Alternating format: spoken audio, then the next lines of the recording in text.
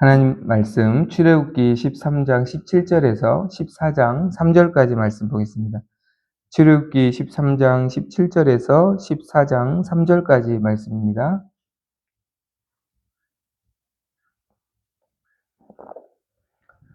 출애굽기 13장 17절에서 14장 3절까지 말씀입니다. 저와 여러분 한 절씩 교독하도록 하겠습니다. 출애굽기 13장 17절에서 14장 3절까지 말씀입니다. 바로가 백성을 보낸 후에 블레셋 사람의 땅의 길은 가까울지라도 하나님이 그들을 그 길로 인도하지 아니하셨으니 이는 하나님이 말씀하시기를 이 백성이 전쟁을 하게 되면 마음을 돌이켜 애굽으로 돌아갈까 하셨습니다.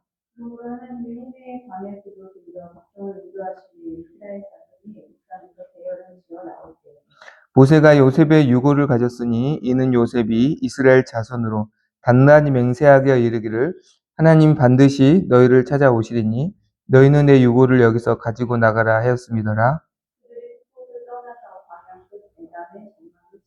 여호와께서 그들 앞에서 가시며 낮에는 구름 기둥으로 그들의 길을 인도하시고 밤에는 불 기둥을 그들에게 비추사 낮이나 밤이나 진행하게 하시니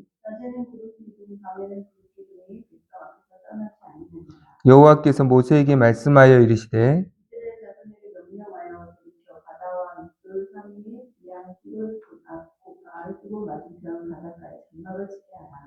함께 했습니다. 바로가 이스라엘 자손에 대하여 말하기를 그들이 그 땅에서 멀리 떠나 광야에 갇힌 바 되었다 하리라. 아멘.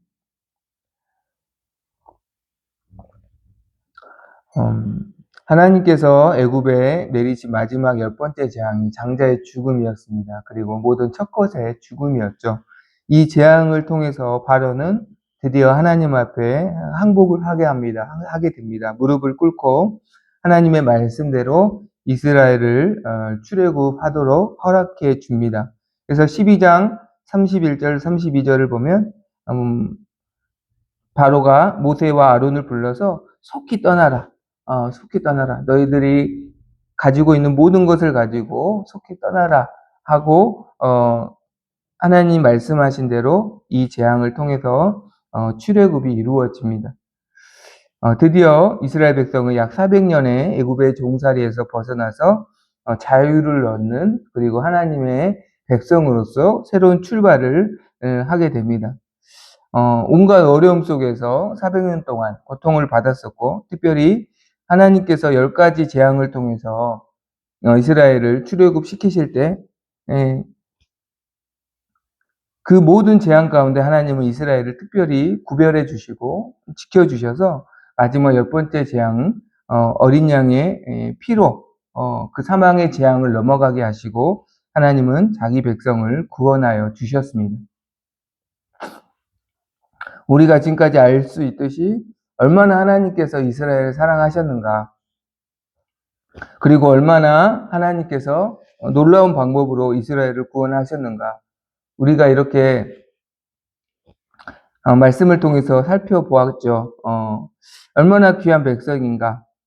이 어린 양의 피로 구원받은 이스라엘 백성은 십자가의 피로, 예수 그리스도의 십자가의 피로 구원받은 하나님의 백성의 모습을 우리에게 보여주고 있는 것이죠. 얼마나 하나님께서 우리 위해서 놀라운 일을 하셨는가. 우리를 구원하시기 위해 그의 아들 예수 그리스도를 이 땅에 보내시고 우리를 대신해서 십자가에 피 흘리게 하시고 그 피로 우리의 죄를 씻으시고 우리를 구원하신 이 은혜가 얼마나 큰 것인가. 우리가 이 이스라엘 백성이 구원받은 사망의 재앙을 넘어가서 드디어 애굽에서 출애굽하게 된 이스라엘 백성의 모습을 통해서 얼마나 하나님은 자기 백성을 사랑하시고 얼마나 귀히 여기시는지를 알 수가 있습니다. 참 얼마나 귀한 백성이고 얼마나 하나님께 소중한 존재인가 우리가 알 수 있죠. 사실 이 세상은 소중할수록 그 소중한 자녀일수록 그 자녀가 원하는 대로 사실은 해주기를 원합니다. 어렵게 자녀를 이제 낳은 부모님들, 또 늦지막한 나이에 자녀를 어렵게 이제 낳은 부모님들을 보면 자녀가 얼마나 예쁜지, 그래서 오고오고 이렇게 자녀들을 사랑하시는 것을 우리가 보죠. 우리도 정말 하나님 앞에 소중한 자녀인데, 그러나 하나님은 소중한 하나님의 백성을 그들을 약속의 땅으로 인도하실 때 쉽고 빠르고 안락한 길로 인도하시지 않으신다는 것이죠. 분명히 하나님의 백성들은 쉬운 길을 원할 것이고 안락한 길을 원할 것이고 또 빨리 목적지에 도달하는 것을 원할 텐데, 하나님은 그렇게 오늘 본문의 말씀을 보면 출애굽한 백성을 인도하시지 않는다라는 것입니다. 소중한 자녀라고 해서 자녀들이 원하는 길로 하나님은 인도하시지 않는다라는 것이죠.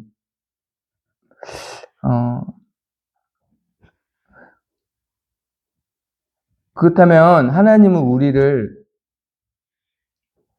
구원받은 하나님의 자녀를 어떤 길로 인도하시는가? 하나님이 인도하시면 어떤 특징이 있는가? 이 말씀을 통해서 살펴보기를 원합니다. 하나님은 하나님의 백성이 빨리 이 목적지에 도달하는 것보다 하나님의 백성의 믿음의 성장과 성숙의 길로 인도하신다라는 것을 우리는 본문을 통해서 확인할 수가 있습니다. 13장 17절에 보면 하나님은 출애굽한 이스라엘 백성을 가나안 땅으로 가는 가까운 길인 블레셋 사람의 땅의 길로 인도하시지 않습니다. 이 블레셋 사람의 땅의 길은 블레셋 가자 지역을 통과해서 가나안으로 갈 수 있는 길이에요. 사람이 걸어서 약 4일에서 5일 정도 걸어가면 갈 수 있는 빠른 지름길입니다. 그런데 하나님은 그 길로 이스라엘 백성을 인도하시지 않습니다. 그리고 오히려 홍해 광야 길로 돌아서 가는 길로 하나님은 이스라엘 백성을 인도하십니다. 불기둥과 구름기둥을 가지고 하나님은 블레셋 사람의 빠른 길이 아닌 홍해 광야 길로, 블레셋 지역의 길보다 약 6배 정도 돌아가는 길로 하나님은 이스라엘을 인도하십니다. 왜 그럴까요? 17절에 보면 이 백성이 전쟁을 하게 되면 마음을 돌이켜 애굽으로 돌아갈까 하셨습니다. 이스라엘 백성이 그 빠른 길은 전쟁을 해야 되는 길이라는 거예요. 블레셋 사람과. 전쟁을 하게 되면 하나님을 신뢰하지 못하고 여기까지 인도하신 애굽의 모든 재앙에서 건져주시고 바로를 꺾으신 그 하나님의 능력을, 선하심을 이스라엘 백성이 신뢰하지 못하고 하나님을 떠나서 애굽으로 다시 돌아온다라는 것을 하나님은 아셨기 때문이에요. 즉 전쟁 앞에서 그들이 믿음을 포기할 것이라는 것을 하나님은 아셨기 때문에 그 길이 가까울지라도, 그 길이 빠른 길일지라도 그 빠른 길로 인도하시지 않고 하나님을 더 깊이 알아갈 수 있는 길로, 더디지만 하나님을 더 깊이 경험할 수 있는 길로 하나님이 돌아가는 길로 인도하셨다라는 것이. 민수기 14장에 보면 이스라엘 백성이 출애굽해서 결국은 그 땅을 나중에 정탐을 하게 되는데, 정탐을 할 때 그들이 하나님을 신뢰하지 못하고 원망합니다. 또 하나님을 약속을 불신합니다. 그러자 하나님 어떻게 하시냐면 이스라엘 백성을 바로 가나안에 들어가게 하시지 않고 약 광야 40년의 광야길로 하나님께서 이스라엘을 인도하셔서 그 광야길을 통해서 광야길을 통해서 신명기 8장 3절에 보면 하나님의 자녀들이 하나님의 입에서 나오는 모든 말씀으로 사는 줄을 알도록 하나님은 훈련하시고 그리고 약속의 땅으로 인도하시는 것을 보게 됩니다. 그러니까 하나님의 인도하심의 특징, 구원받은 하나님의 백성을 향한 하나님의 뜻은 하나님의 자녀가 목적을 빨리 이루는 것에 있지 않다는 거죠. 하나님의 자녀들이 원하는 것을 빨리 이루는 것에 하나님은 관심을 두시는 것이 아니라 하나님의 백성이 하나님의 자녀다운 믿음을 갖는 것을 더 원하십니다. 그래서 예수 그리스도를 더 잘 믿고 예수 그리스도를 더 깊이 아는 길로 하나님은 하나님의 자녀들을 오늘도 인도하시기를 원하십니다.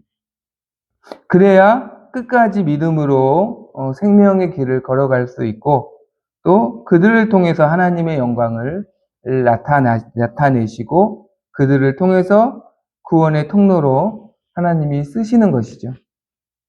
그래서 요한복음 6장 29절에 보면 하나님께서 보내신 일을 믿는 것이 하나님의 일이다. 그러니까 예수 그리스도를 잘 믿는 것이 하나님의 일이고 하나님의 뜻이고 그것이 하나님의 인도하심의 확실한 증거다 라는 것을 말씀하는 것이죠. 그래서 빠른 길일지라도 내 믿음이 흔들리게 되거나 내 영혼이 아니라 내 육신이 살아나는 길은 사실 하나님의 인도하심이 아니라는 것입니다. 블레셋으로 가는 길은 분명히 가나안으로 가는 빠른 길이지만 믿음을 저버리는 길이고 믿음이 흔들리는 길이고 그들의 불신앙이 살아나는 길이기 때문에 하나님은 그 길로 이스라엘 백성을 인도하시지 않으신 것입니다. 더딜지라도 우리가 하나님의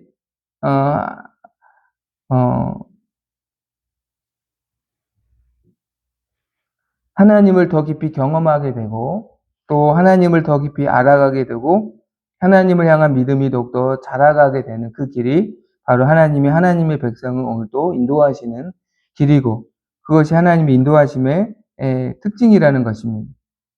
그래서 내가 지금 어느 길로 가고 있는가 우리가 상을 돌아보기를 원합니다. 분명히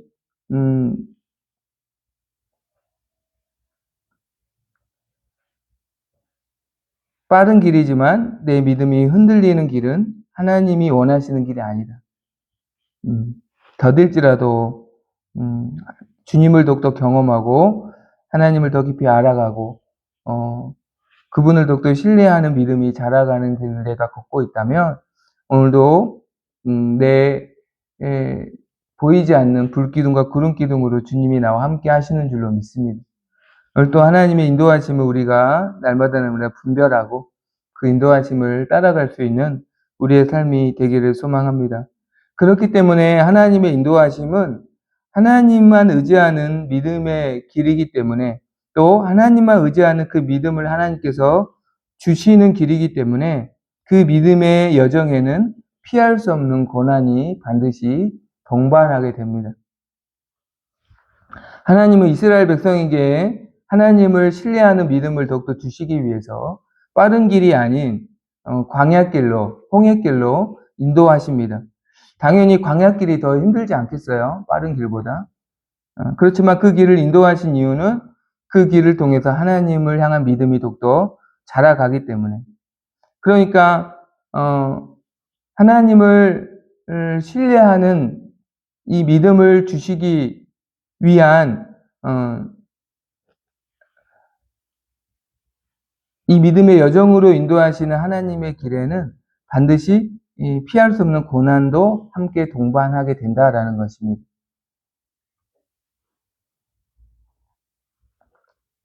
베드로전서 1장 7절에 보면 하나님을 믿는 확실한 믿음을 불로 연단되어 만들어진 금으로 비유하고 있어요. 그러니까 불순물이 없는 귀한 정금을 만들기 위해서는 그 불순물이 제거되는 연단의 과정이 반드시 필요하죠. 불로 불순물을 태우는 과정을 통해서 정금으로 금강석이 만들어지는 것이죠. 마찬가지로 확실한 믿음은 반드시 고난이라는 연단의 과정을 통과하여 만들어진다는 것입니다.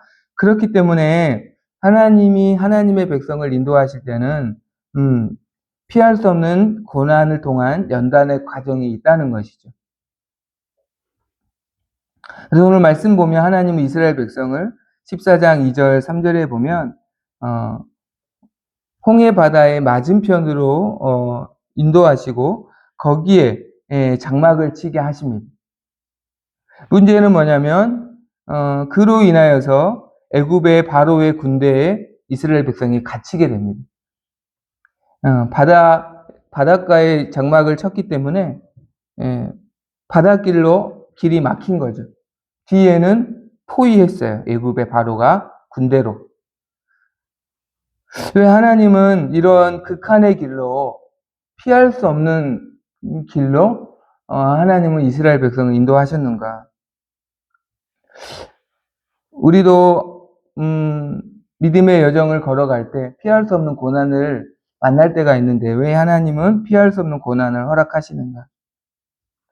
14장 4절의 말씀 보면 이렇게 말씀합니다. 내가 바로의 마음을 완악하게 한즉 바로가 그들의 뒤를 따르니 내가 그와 그의 온 군대로 말미암아 영광을 얻어 애굽 사람들이 나를 여호와인 줄 알게 하리라 하시매 우리가 그대로 행하리라.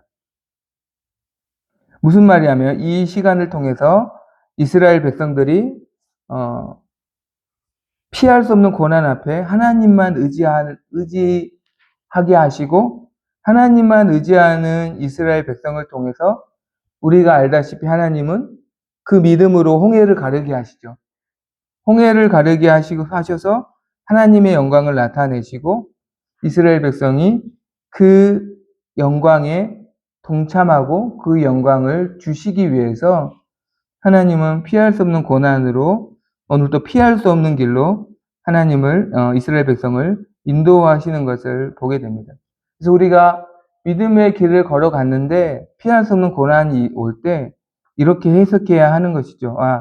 이 고난을 통해서 하나님은 내게 더 정금과 같은 믿음을 주시고 이 믿음을 통해서 하나님의 영광을 보게 하실 것이다. 이러한 믿음을 가지고 피할 수 없는 고난 앞에 우리가 세상을 향한 테러를 끊고 배수의 진을 치고 더 하나님만 의지하라는 사인으로 받아야 합니다. 모세가 그랬습니다. 모세가 이 말씀을 듣고 14장 15절 말씀을 보면 하나님께 부르짖었어요. 하나님만 간절히 의지했어요. 하나님의 음성이 들리기까지 모세가 하나님께 부르짖었습니다. 하나님만 의지했습니다. 피할 수 없는 고난은 세상의 배수의 진을 치고 세상으로 돌아가는 테러를 끊고 하나님만 의지하라는 사인이죠. 이 사인을 가지고 모세는 모든 테러를 끊고 하나님께 부르짖었습니다.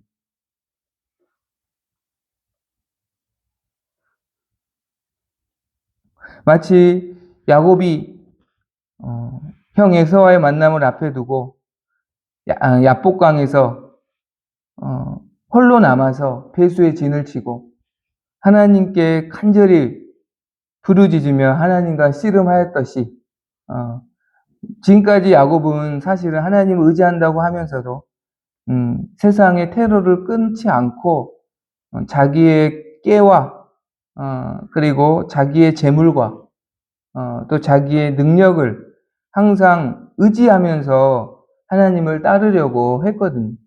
그러나 야복강에서는 그가 정말로 그 모든 테러를 끊고 자기의 재물과 자기의 사람들을 다 먼저 야복강을 건너게 하고 자기 혼자 남아서 배수의 진을 치고 하나님께 부르짖었습니다.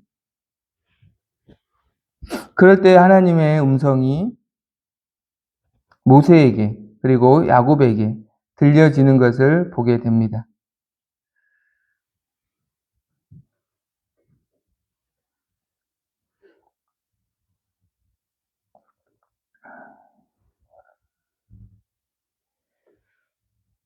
반면 이스라엘 백성들의 모습을 보면 이스라엘 백성은 배수의 진을 치지 않는 것을 우리는 보게 됩니다. 14장 10절 11절 보면 하나님께 부르짖으면서 이스라엘 백성들의 마음에는 항상 애굽이 있어요. 괜히 당신 말 들어서 여기 왔다. 우리가 애굽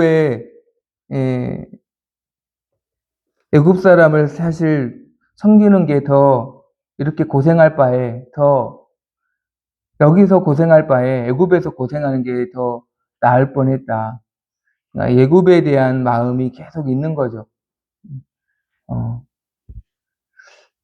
애굽으로 여차하면 돌아갈 궁리를 이스라엘 백성들은 하고 있는 것입니다.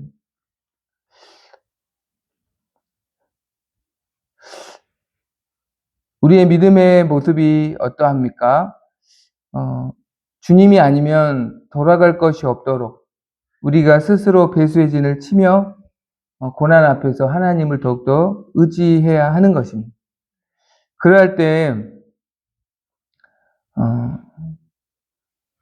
비로소 우리는 그 가운데 그 믿음을 통해서 하나님의 일하심을 보게 될 것입니다. 그러할 때 하나님께서 홍해를 가르시는 역사가 우리의 삶 가운데 나타나게 될 줄로 믿습니다. 배수의 진을 치고 더욱더 하나님만 의지할 수 있는 우리의 믿음이 되기를 소망합니다. 그렇게 배수의 진을 치고 기도할 때 드디어 하나님의 음성이 들립니다. 14장 15절에 너는 어찌하여 내게 부르짖느냐 이스라엘 자손에게 명령하여 앞으로 나아가게 하고 하나님께서 배수의 진을 치고 하나님께 부르짖는 모세의 기도를 들으시고 하나님이 응답하십니다. 이제는 이스라엘 백성을 앞으로 나가게 하고 지팡이를 들고 바다 위에 내밀어라. 사실은 어떻게 보면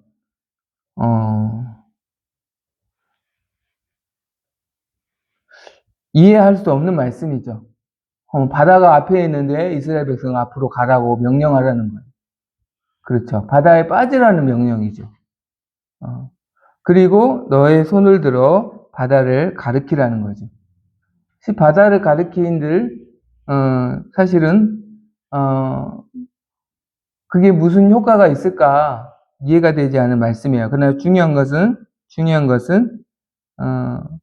분명한 하나님의 말씀이라는 거예요. 중요한 것은 우리가 순종할 때 가장 중요한 것은 이 말씀이 이해되느냐 이해되지 않느냐 보다 더 중요한 것은 이 말씀이 정말 하나님의 말씀인가? 정말 이 말씀이 하나님의 말씀인가? 베레아 성도가 영적인 수준이 높았다라고 성경은 말씀하는데 그 이유는 뭐냐면 베레아 성도는 그것을 먼저 확인했다는 거예요. 이 말씀이 정말 하나님의 말씀인가? 이것을 항상 우선순위에 두었다라는 것이죠. 그래서 이것이 정말 하나님의 말씀이라면 보이지 않아도 이해가 되지 않아도 순종하기에 힘썼다라는 것입니다. 모세는 하나님의 말씀의 확실함을 믿고 하나님의 말씀대로 순종합니다. 21절 말씀 보면 모세가 바다 위로 손을 내밀었다. 그대로 순종한 거예요. 그러자 하나님께서 어떻게 하십니까? 큰 동풍이 밤새도록 바닷물을 물러가게 하시니 물이 갈라져 바다가 마른 땅이 되었다.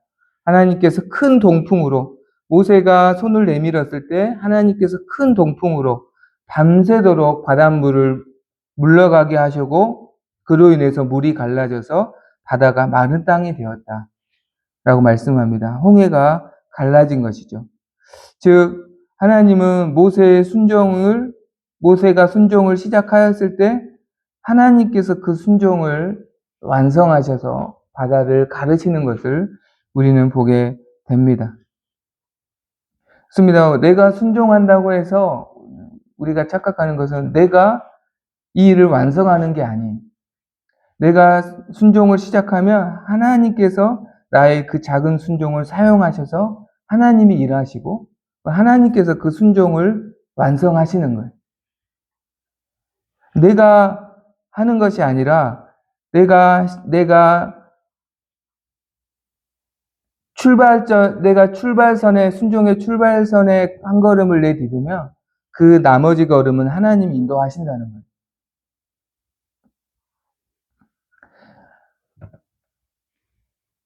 하나님께서 이스라엘 백성이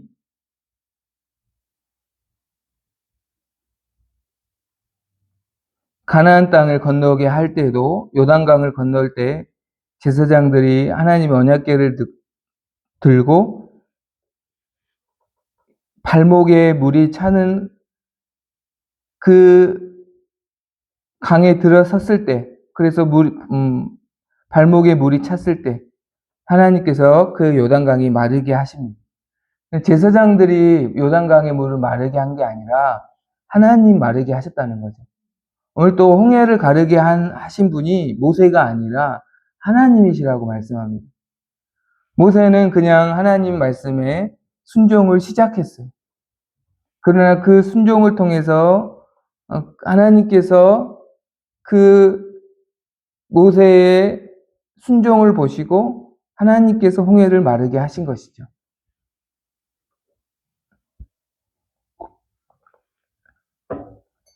내가 하는 것이 아닙니다. 내가 하려고 하니까 순종이 어려운 것이죠.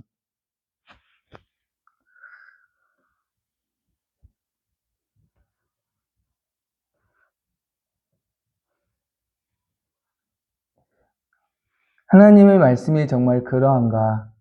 정말 이것이 하나님의 말씀인가? 우리가 이것을 확신한다면 이해가 되지 않을지라도 순종할 때 그 순종을 통해서 하나님께서 역사하시고 일하실 줄로 믿습니다.